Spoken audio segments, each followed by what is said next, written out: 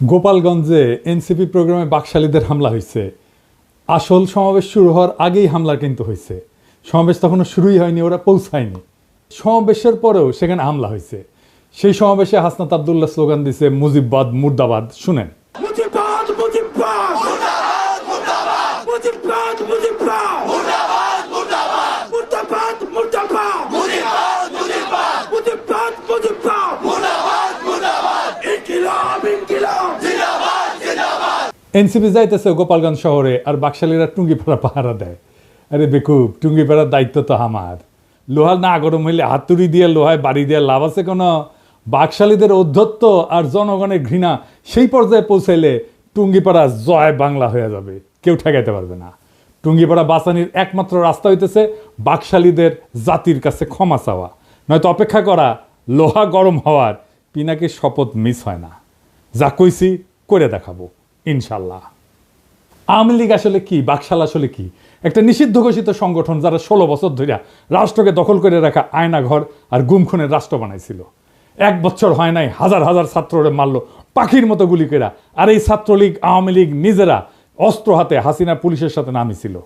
তাদের মধ্যে যারা পলাইছে তারা তো পলাইছেই, আর বাকিগুলা গোপালগঞ্জে যায় ঢুকিছে। রাজনৈতিক নেতাদের জন্মস্থানে সেই দলের একটা প্রভাব থাকে দীর্ঘদিন, এটা স্বাভাবিক।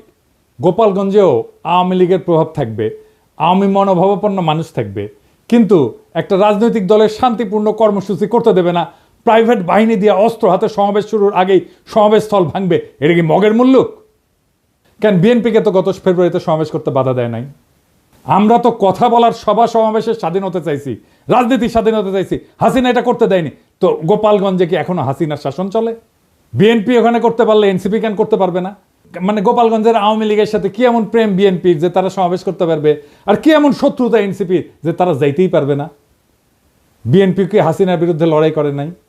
এই বিএনপি যখন 2024-এর 14 সেপ্টেম্বরে প্রোগ্রাম করতে যাইতেছিল, তখন গাড়ি বহরে হামলা করে 3 জন বিএনপির নেতাকর্মীকে মাইরা ফেলাইছিল এই গোপালগঞ্জের বাকশালীরা। আর আজকা বিএনপির কর্মীরা উল্লাস করিচ্ছে আওয়ামী লীগের মতোই, যে এনসিপি মার খাইছে, দাওয়া খাইছে, উল্লাস করিচ্ছে। হ্যাঁ, কি বেকুবের বেকুব রে। তো বিএনপি পরে প্রোগ্রাম করলো যখন, তখন কোনো হইল না কেন? কোনো অ্যারেঞ্জমেন্ট হয়েছিল নিশ্চয়ই। তো যখন পরে বিএনপি প্রোগ্রাম করতে গেল, তখন কেন আওয়ামী লীগ ট্রিগার্ড হইল না? কেন ডাক্তার জাহিদ ট্রিগার্ড হইল না? কেন কচু খেতে ট্রিগার্ড হইল না? কেন আগে থেকে আওয়ামী লীগেরা চ্যালেঞ্জ ছুড়ে দিতে থাকলো? প্রশ্নটা এখানেই। তার মানে বিএনপির সাথে গোপালগঞ্জ আওয়ামী লীগের এই মুহূর্তে কোনো কনফ্লিক্ট নাই। কনফ্লিক্ট আছে এনসিপির সাথে। তার মানে এনসিপি সেই শক্তি যা হাসিনাকে উৎখাত করছে, তারে ঠেকাইতে হবে। বিএনপির সাথে আর কোনো শত্রুতা নাই। তাই আওয়াজ তুলছে গোপালগঞ্জের ছাত্ররা ঢুকতে পারবে না, ঢুকলেও বাইরে হতে পারবে না। এইটা ছিল মিথ। এই মিথ চুরমার হয়ে গেছে। রাজনৈতিক দলের কর্মসূচিকে নিরাপত্তা দেওয়া পুলিশের কর্তব্য, আর্মির কর্তব্য। এনসিপি মারপিট করতে যায় নাই, সভা করতে গেছে, রাজনৈতিক সভা। এনসিপির হাতে অস্ত্র ছিল না, আমরা সবাই দেখছি। তারা খালি হাতে গেছে, পুলিশ আর্মি নিরাপত্তা দিছে, তাদের পেশাগত কাজ করছে। পুলিশ আর্মি এই কাজটা করছে রক্তপাতহীনভাবে, কোনো প্রাণ ঝরে নাই, যতক্ষণ পর্যন্ত এনসিপির নেতারা ছিল। এটাই বিজয়, হাসিনার জামানাকে অতিক্রম করে যাওয়ার বিজয়। এই বিজয় এলো বর্ষা বিপ্লবের নায়কদের হাত ধরে। গোপালগঞ্জে মুজিব বিরোধী সমাবেশ করতে যাওয়া যায়, নিরাপদে ফিরেও আসা যায়, কোনো প্রাণঘাতী সংঘাত ছাড়াই। তারা তাদের কর্মসূচি শেষ করে ফেরত আসছে। এই ঘটনার রাজনৈতিক মূল্য অনেক। এইগুলাই ছোট ছোট বিজয়। আর গোপালগঞ্জের জনগণ নামে নাই, নাম ছিল বাকশালী গুন্ডারা। ওরা মরণপণ লড়াই করতে পারে না, সেটাও তো দেখলেন। এখন বলবেন কই 4 জন তো মারা গেছে। হ্যাঁ, মারা গেছে, কারণ তারা এনসিপির নেতারা ফিরে আসার পরে নানা জায়গায় হামলা শুরু করেছিল, বোমা আগ্নেয়াস্ত্র নিয়ে, এমনকি জেলখানা আক্রমণ করেছে। ক্যাজুয়ালিটি হয়েছে তারা ফিরে আসার পরে। আরো অনেককে চিনবার পারলাম এই সুযোগে। যেমন ধরেন বাংলাদেশের মিডিয়াগুলা, যেমন প্রথম আলো, জাউরা, ও বলছে যে কিছু লোক এসে হামলা চালাইছে। এই লোকের পরিচয় তারা জানে না। মতি মাহফুজকে এমনি আমি থাপড়াইতে চাই, জাউরার জীবন ভালো হবে না। এখন আবার কচু খেতে আসিছে মানবাধিকার নিয়ে, ওরে আমার ওরে। ওবার মানবাধিকারও বুঝে। মানে আপনি একজন খুনি ডাকাতের মানবাধিকারের পক্ষে দাঁড়াবেন, জার্মানিতে নাজি পার্টির সদস্যদের মানবাধিকারের পক্ষে দাঁড়াবেন। ওই সারাক্ষণ করে ধান্দাবাজি, জানেন? কই থেকে কি টাকা কামানো যায় তার ধান্দা করে। টাকা কামানো খারাপ কিছু না, কিন্তু মিনিমাম নৈতিকতা তো থাকবে। একটা এক্সাম্পল দিই, ওই যে মুস্তাক মারা গেল না, রিমান্ডে নিছিল, তার সাথে কিশোরকে ধরেছিল। কেন ধরেছিল জানেন? নাফিস শরাফতের একটা কার্টুন আঁকিছিল কিশোর, এই আইডিয়া সামির প্রকাশ করেছিল আই অ্যাম বাংলাদেশিতে। সামি ওইটার অ্যাডমিন, সে নিজেই কইছে যে দেখেন সেই পেজ সেই চালাইতো। সেই নাফিস শরাফত রেগে গিয়া এই কিশোর আর মুস্তাককে অ্যারেস্ট করে পিটায়। মুস্তাককে এতই পিটাইছিল যে সে প্যান্টে হাগে দিছিল। তারপর তো মুস্তাক মরে গেল। সেই নাফিস শরাফতের একটা কাজের জন্য এই সামি তদবির করছে মন্ত্রণালয়ে, কাজ দেয় না এই জন্য মন্ত্রণালয়ের দায়িত্বপ্রাপ্ত বিশেষ সহকারী পিছে সে লাগিছে, তার নামে রিপোর্ট করাইছে। যে আমার কমরেডকে মাইরা ফেলাইলো তার জন্য তদবির। সি সি সি সি রে সামি সি। আমি এটা শুনে বাকরুদ্ধ। একটা মানুষের নৈতিক পজিশন এত সহজে বেঁচে দেওয়া যায়? মুস্তাকের জীবনের এতটুকু মূল্য নাই তার কাছে। আমি যে ওরে অপছন্দ করি এমনি এমনি না, ওর মধ্যে বিবেক মনুষ্যত্ব কিচ্ছু নাই। ওর সঙ্গে যখন কথা হইতো তখন আমি বলছিলাম যে আপনি মোটা আজিজের মারছেন না, সেটা আমাদের জন্য ভালো হয়েছে, কিন্তু আপনার একটা বস্ত বড় ক্ষতি হয়েছে। আপনার মধ্যে একসময় রিমোর্স আসবে, অনুতাপ আসবে। আজ না হোক কাল আসবে, কাল না হোক পরশু আসবে, নয়তো মরার আগে আসবে। আপনার মনে হবে একজন মানুষ আপনারে বিশ্বাস করেছিল, সে খারাপ মানুষ তাতে সন্দেহ নাই, কিন্তু বিশ্বাস করছিল আপনাকে। সেই বিশ্বাস, ট্রাস্ট আপনি ভাঙছেন। ট্রাস্ট একটা খুব ইম্পর্টেন্ট জিনিস। বাংলাদেশে বিশ্বাস ভাঙাটা কোনো ব্যাপার না। আর এই কচুকেতিকে দেখে বুঝলাম ও মরার টাইমে ওর রিমোর্স আসবে না। তবে আল্লাহর মায়ের বলে একটা জিনিস আছে না, সেটাও টের পাইতে শুরু করবে এখনই ও টের পাবে। বাংলাদেশের কোনো মানুষ তাকে আর বিশ্বাস করবে না। আর আমি তো আমার এপিসোডে তার প্রশংসা করেই যাব। মানুষ জানবে একজন অতিশয় ভালো মানুষ আছে দুনিয়ায়, সে ভালো কাজ করে, সে ভালো ছেলে। সন্ধ্যায় হাত মুখ ধুয়ে পড়তে বসে আর দেখে কোটি কোটি ধান্দা করা যায়, কোটি কোটি চান্দা আদায় করা যায়। কারে কারে দিয়ে চান্দা আদায় করে সেটাও জানি। যাই হোক, অনেকে কইতেছে যে এই হাসনাত আর্মি চিফের বিরুদ্ধে দাঁড়াইছিল, এখন আর্মির গাড়িতে কেন নিরাপত্তা নিল? আসেন ব্যাপারটা একটু বুঝে দেখি। আর্মি রাষ্ট্রের অধীনে একটা এজেন্সি, কিন্তু আর্মি নিজেই যদি একটা সার্বভৌম এজেন্সি হয়ে উঠতে চায় তাহলে রাষ্ট্রের নাগরিক তার বিরোধিতা করবে। আর্মি চিফ বাংলাদেশের পলিটিক্স নিয়ে কথা বলতেছে, যেটা তার ডোমেনের মধ্যে না। সে নিজে একটা সার্বভৌম এজেন্সি হয়ে উঠতে চাইছে। সার্বভৌম ক্ষমতা জনগণের, সেই সার্বভৌম ক্ষমতার শেয়ার কাউকে দেবে না গণসম্মতি ছাড়া। ওয়াকার গণসম্মতি ছাড়াই সেই সার্বভৌম ক্ষমতা নিতে চাইছিল। এনসিপি ছাত্ররা আমরা আর্মি চিফের সার্বভৌম এজেন্সি হয়ে এটার বিরোধিতা করছি, ভবিষ্যতেও করব যদি আবারও চেষ্টা করে। আমি রাষ্ট্রের নাগরিক হিসেবে রাষ্ট্রের বাহিনীর সব সার্ভিস পাওয়ার অধিকার রাখি। আমি নাগরিক হিসেবে তাদের নিয়োগকারীও বটে, আমাকে সেবা দেওয়া তার কর্তব্য। আর্মি চিফের সার্বভৌম এজেন্সি হয়ে ওঠার বিরোধিতা আর আর্মি নিরাপত্তা সার্ভিস নেওয়ার মধ্যে কোনো বিরোধ নাই, বরং রাষ্ট্র আর নাগরিকের মধ্যে সম্পর্কের ধরনই এটা। আর্মি এনসিপি নেতাদের অনুগ্রহ করে নাই, এনসিপি নেতারা ওয়াকারের বিরোধিতা করে ভুল করে নাই। আমার প্রোফাইলে বিএনপির পোলাপাইনরা এসে কমেন্ট করছে যে কেন ওরা পালায় আসলো, এটা কোনো হ্যাডম হইল? হ্যাডম নিয়ে হাঙ্কের সাথে ফাইট করতে আসে এনসিপি, বিএনপির সাথে ফাইট করতে আসে এই হ্যাডম নিয়া। আচ্ছা, খুব ভালো। 2023 সালের 28 অক্টোবর কয়েক লাখ লোকের সমাবেশ, সাউন্ড গ্রেডের আওয়াজে নেতারা মঞ্চ ছেড়ে পালায় গেছে। মির্জা আব্বাস বলে যে আমরা প্রাণ ভয়ে দাঁড়াইতে পারি নাই। মাঠ ফাঁকা, নেতারা শুধু না লাখো লাখো লোক ফাঁকা হইতে বেশি সময় লাগেনি। অস্ত্রের সামনে শূন্য হাতে টিকে থাকা সম্ভব না, এটা সবার মনে রেখে ট্রল করা উচিত। এই ছেলেদের অসীম সাহসের কারণেই গত বছরের 5ই আগস্ট হাসিনা দেশ ছেড়ে পালাই যেতে বাধ্য হয়েছিল। এই ছেলেগুলো তখন রুখে দাঁড়াইলে আজও হাসিনা মসনদে থাকতো, খালেদা জিয়া আজকাল জেলে থাকতেন, আর আপনাদের অনেকেই গুম হইয়া আয়না ঘরে থাকতেন, কেউ কেউ মারাও যাইতেন ক্রস ফায়ারে। আপনাদের কে বুদ্ধি দেয় এনসিপির পিছে লাগতে? আপনাদের দল তো ছাত্রদের জন্য বিবৃতি দিছে, তাদের নিরাপত্তার জন্য উদ্বিগ্ন হয়েছে। আপনার দলের নেতাদের সাথে তো আপনাদের ডিসকানেকশন। এখন আমি বুঝতে পারি যে কেন মির্জা ফখরুল মাঝে মাঝে মেজাজ হারায় ফেলে, কেন বক্তৃতা দিতে যে ধমকা ধমকি করেন, থাপ্পড় টাপ্পড় মারেন। তাদের সাহসের প্রশংসা করতে না পারলে চুপ থাকেন। ওরা হুমকি সত্ত্বেও ওখানে যাওয়ার হিম্মত দেখাইছে। হামলার পরেও তারা সমাবেশস্থলে গেছে, বক্তৃতা করছে, মুজিববাদের বিরুদ্ধে স্লোগান দিছে। এই অসীম সাহস দেখানোর জন্য তাদের ধন্যবাদ। এইবার আসেন গোপালগঞ্জের আলোচনায়। কেন গোপালগঞ্জে যাওয়াটা জরুরি, দখল নেওয়াটা জরুরি? আসেন এই বিষয়টা আলাপ করে বুঝি। 1971 সালে 16ই ডিসেম্বর বাংলাদেশ স্বাধীন হয়। এটা আমাদের বিজয় দিবস। আমরা জানি যে ওই দিন আমরা পরাজিত করতে পারি, পাকিস্তানি বাহিনী আত্মসমর্পণ করে।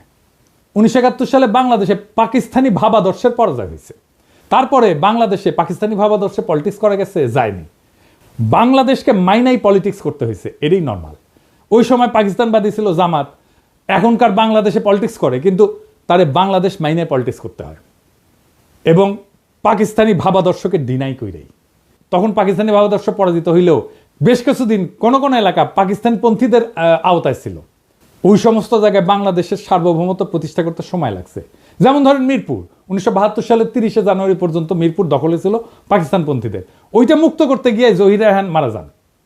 নারিন্দা, নারায়ণগঞ্জ, শিয়া মসজিদ, মোহাম্মদপুর, খুলনা, পুরান ঢাকা, রূপসা, রাজশাহী, সিরাজগঞ্জ, বগুড়া, চিটাগাং পোর্ট, এইসব জায়গা 16 ডিসেম্বরে মুক্ত হয় নাই, পরে মুক্ত হয়েছে আস্তে আস্তে। ঠিক এইভাবে 2024 সালে বিপ্লবের পরেও বাংলাদেশে বাঙালি জাতীয়তাবাদ পরাজিত হয়েছে, আওয়ামী ভাবাদর্শ পরাজিত হয়েছে, মুজিববাদ পরাজিত হয়েছে। কেননা এইটা বাংলাদেশের সার্বভৌমত্ব মানত না, এইটা বাংলাদেশকে ইন্ডিয়ার পার্ট ভাবত।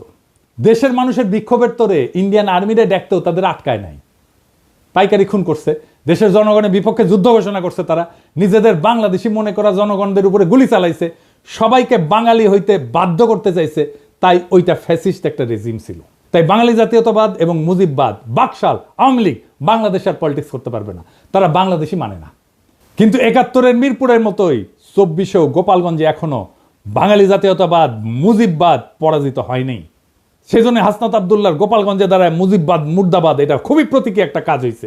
মুজিববাদ মুজিববাদ মুর্দাবাদ মুর্দাবাদ মুজিববাদ মুজিববাদ মুর্দাবাদ মুর্দাবাদ মুর্দাবাদ মুর্দাবাদ মুজিববাদ মুজিববাদ মুজিববাদ মুজিববাদ মুর্দাবাদ মুর্দাবাদ ইনকিলাব ইনকিলাব জিন্দাবাদ জিন্দাবাদ। আমি গোপালগঞ্জের আমজনতারে বলবো, আপনারা বাংলাদেশ না মানা রেসিস্ট, ফ্যাসিস্ট বাঙালি জাতীয়তাবাদে থাকেন না, আর মদত দিয়েন না।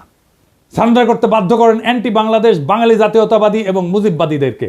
পরাজয় মাইনে নিতে বলেন, মাইনে নিয়ে বাংলাদেশের মেইন স্ট্রিমে জয়েন করতে বলেন মেহেরবানি কইরা। আর এটা যদি না করতে চান, গোপালগঞ্জ বিপ্লবের বাংলাদেশের সার্বভৌমত্ব প্রতিষ্ঠা করা হবে। আপনারা এক সপ্তাহ টিকতে পারবেন না, আর্মি পুলিশ কিচ্ছু লাগবে না, জাস্ট আপনাদের সাপ্লাই চেইন বন্ধ করে দেওয়া হবে। আপনারা বাইরে হতে পারবেন কিন্তু ঢুকতে পারবেন না। সব ইকোনমিক অ্যাক্টিভিটিস বন্ধ হয়ে যাবে, জ্বালানি তেলের সাপ্লাই বন্ধ হয়ে যাবে, গ্যাস বন্ধ হয়ে যাবে, ইলেকট্রিসিটি সাপ্লাই বন্ধ করে দিলে আপনারা শেষ। আগে ঘোষণা দেওয়া হবে, শহর ছাড়েন, 24 ঘন্টার মধ্যে ফাঁকা হয়ে যাবে শহর, সব সরকারি কর্মচারীদের উইথড্র করা হবে। পারবেন 7 দিন টিকতে? প্রফেসর ইউনূসের দায়িত্ব বাংলাদেশের সার্বভৌমত্ব প্রতিষ্ঠা করা গোপালগঞ্জে। আবার 1 মাস পরে মার্চ টু গোপালগঞ্জ ঘোষণা করা হবে, যদি আপোষে সারেন্ডার না করে তাইলে। বেগম জিয়া বলছিলেন গোপালগঞ্জের নামই বদলায় যাবে, গোপালগঞ্জ আর থাকবে না। শুনেন, আপনি কি এখন মুখটা বন্ধ কেন? এই যে মহিলা, আপনার মুখটা এখন বন্ধ কেন বলেন তো? কি বলছিলেন এতক্ষণ ধরে? মুখটা বন্ধ কেন এখন? দেশ কোথায়? গোপালী? গোপালগঞ্জ জেলার নামই বদলে যাবে, বুঝছেন? গোপালগঞ্জ আর থাকবে না। এইটা বাস্তবায়ন করতে হবে। এর জন্য 2টা কাজ করা যায়। এক, গোপালগঞ্জের নামটা বদলে ফেলাই যায়, বা জেলা সদর পরিবর্তন করে অন্য উপজেলায় নিয়ে যায়, নাম বদলে দেওয়া যায়। গোপালগঞ্জ বদলে কাশিয়ানি করা, কিন্তু মৌলিক কোনো পরিবর্তন করা হবে না। আর 2 নম্বর হচ্ছে গোপালগঞ্জের উপজেলাগুলোকে জিওগ্রাফিক্যাল লোকেশনে, রোড কানেক্টিভিটি এবং হিস্টোরিক্যাল কালচারাল কানেকশনের ভিত্তিতে অন্যান্য জেলার সাথে রিডিস্ট্রিবিউট করে দেওয়া, গোপালগঞ্জ জেলায় বাদ দিয়ে দেওয়া। এক্ষেত্রে যেটা করা যেতে পারে, 1 নাম্বার, কাশিয়ানি এবং গোপালগঞ্জ সদরকে নড়াইলের সাথে যুক্ত করে দেওয়া যায়, মাকসুদপুর উপজেলাকে মাদারীপুরের সাথে যুক্ত করে দেওয়া যায়, কোটালীপাড়াকে বরিশালের সাথে যুক্ত করে নতুন নামকরণ করে দেওয়া যায়, আর টুঙ্গিপাড়াকে বাগেরহাটের সাথে যুক্ত করে নতুন নামকরণ করা যায়। তো এতে একটা জেলা কমে যাবে। তো একটা জেলা যদি কমে যায়, তাহলে আমরা কোনো একটা জায়গাকে, যেমন ভৈরব বা লাকসামকে নতুন জেলা ঘোষণা করে মোট জেলার সংখ্যা 64 রাখা যায়। এখন সময় আসছে একটা প্রতীকী কিন্তু বাস্তব সিদ্ধান্ত গ্রহণের। গোপালগঞ্জে বাংলাদেশের মানচিত্র থেকে কেবল এক প্রশাসনিক জেলা হিসাবে না, একটা দমন পীড়নের দুর্গ হিসাবে, বাকশাল মুজিববাদের দুর্গ হিসাবে চিহ্নিত করার ইতিহাস থেকে মুক্ত করতে হবে। টুঙ্গিপাড়া বা গোপালগঞ্জ কখনো একটা পরিবার বা মতাদর্শের ব্যক্তিগত দুর্গ হতে পারে না। এটা বাংলাদেশ নামের জাতির অংশ। এই জাতির মালিক জনগণ, কোনো পরিবার না। 1972 সালে যেমন মিরপুর জমাট পাকিস্তানি জাতীয়তাবাদ ঘুরাই দিছিল, জনতার বিজয়, সে তেমনি 2025 সালে গোপালগঞ্জে ভাঙতে হবে সেই বাঙালি জাতীয়তাবাদ, মুজিববাদের ছত্রবেশী ফ্যাসিবাদের দুর্গ। 21 শতকের বাংলাদেশে জায়গা নাই সেই রাজনীতির যারা বাংলাদেশকে ভারতীয় মতাদর্শের গুদামে পরিণত করতে চায়। গোপালগঞ্জের প্রশাসনিক পুনর্বিন্যাস শুধু রাজনৈতিক প্রতিশোধ না, এটা ভবিষ্যতের জন্য বার্তা। আর কোনো জেলাকে পরিবর্তনের দুর্গ করা যাবে না।